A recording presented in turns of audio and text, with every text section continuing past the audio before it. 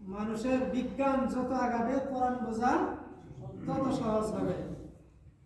3 নম্বর, আল্লাহ ইবাদতের মধ্যে ভারসাম্য রক্ষা করা। তাকওয়া কিভাবে অর্জন হবে? 3 নম্বর হচ্ছে ইবাদতের মধ্যে ভারসাম্য রক্ষা করা। ভারসাম্য রক্ষা করা কি? ভারসাম্য রক্ষা করা হচ্ছে, একটা উদাহরণ দিয়ে বলছি। 3 জন সাহাবী মসজিদে বসে আছে, তারা বলতেছে, একজন বলতেছে আমি কি করব, সারা জীবন রোজা রাখবো, আরেকজন বলতেছে আমি সবসময় জিহাদ করব, আরেকজন বলতেছে আমি বিয়ে শাদী করব না। এগুলো কিছুই করা যাবে না। আপনি বিয়ে শাদীও করবেন, ইবাদতও করবেন, জিহাদও করবেন, যুদ্ধের ময়দানে যাবেন, রাজনীতি করবেন, সমাজনীতি করবেন, অর্থনীতি করবেন, ব্যবসা করবেন, সব কিছুর সমন্বয়, সব কিছুর মধ্যে কি করতে হবে? আল্লাহর ইবাদত করতে হবে। সর্বদা সর্ব জায়গা আপনি যেখানেই থাকেন আল্লাহর ইবাদত করতে হবে, এবং ইবাদতের মধ্যে কি করা লাগবে? ভারসাম্য থাকতে হবে। 4 নম্বর, মুতাবাআতুস সুন্নাহ, সুন্নতের অনুসরণ করা। সুন্নতের অনুসরণ আমাদের অনেকের মাঝে নাই। সুন্নতের অনুসরণ করবেন, এটা আর বলে বোঝানোর দরকার নাই। যারা বুঝতেছেন তারা বোঝেন সুন্নতের অনুসরণ কিভাবে করবেন। শুধু দাড়ির কথা বলছি না, অনেকে মনে করছেন দাড়ির কথা বলছি না, শুধু দাড়ির কথা না, প্রত্যেকটা জায়গাতে সুন্নত আছে। খাবারের মধ্যে সুন্নত আছে, বাথরুমে যাওয়ার সুন্নত নেই, বিয়ে করার সুন্নত নেই, এমনকি স্ত্রী সহবাসের সুন্নত নেই। আপনি যেই কাজেই করেন, আপনি যদি চাষাবাদ করেন সেটাও যদি বিসমিল্লাহ বলে শুরু করেন, সুন্নতের মাধ্যমে শুরু করেন, তাহলে সেটাও ইবাদত।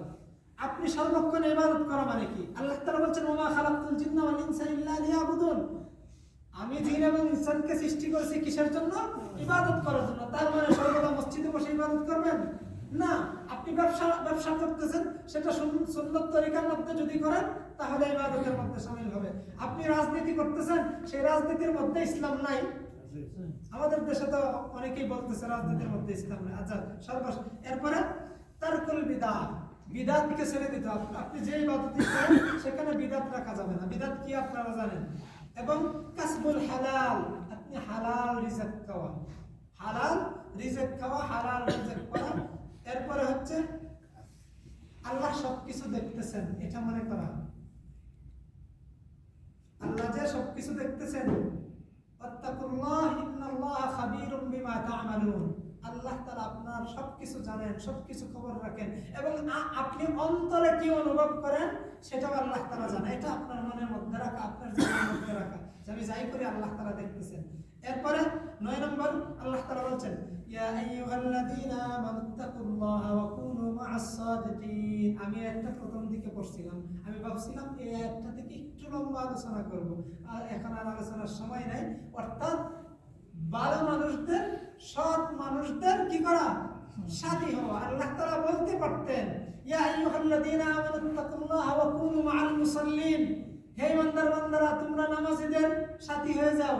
আল্লাহ তাআলা বলতে পারতেন ইয়া আইয়ুহাল্লাযীনা আমানুত্তাকুল্লাহা ওয়া কুনু মা'আল মুসলিমিন, হে ইমানদার বান্দারা তোমরা মুসলমানদের কি হও?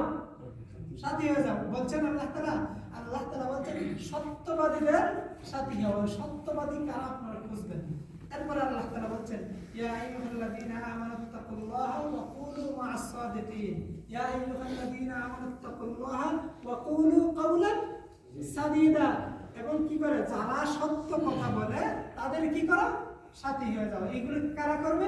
ঈমানদাররা। সম্মানিত ভাইরা, সম্মানিত উপস্থিতি, এতক্ষণ যে কথাগুলো বললাম এবং শুনলাম সবগুলো সারমর্ম হচ্ছে একটা, আল্লাহকে ভয় করা। আপনি যাই করেন আল্লাহকে ভয় করে করবেন। আল্লাহ তাআলা যেন আমাদেরকে এই কথাগুলোর উপর আমল করার তৌফিক দান করেন।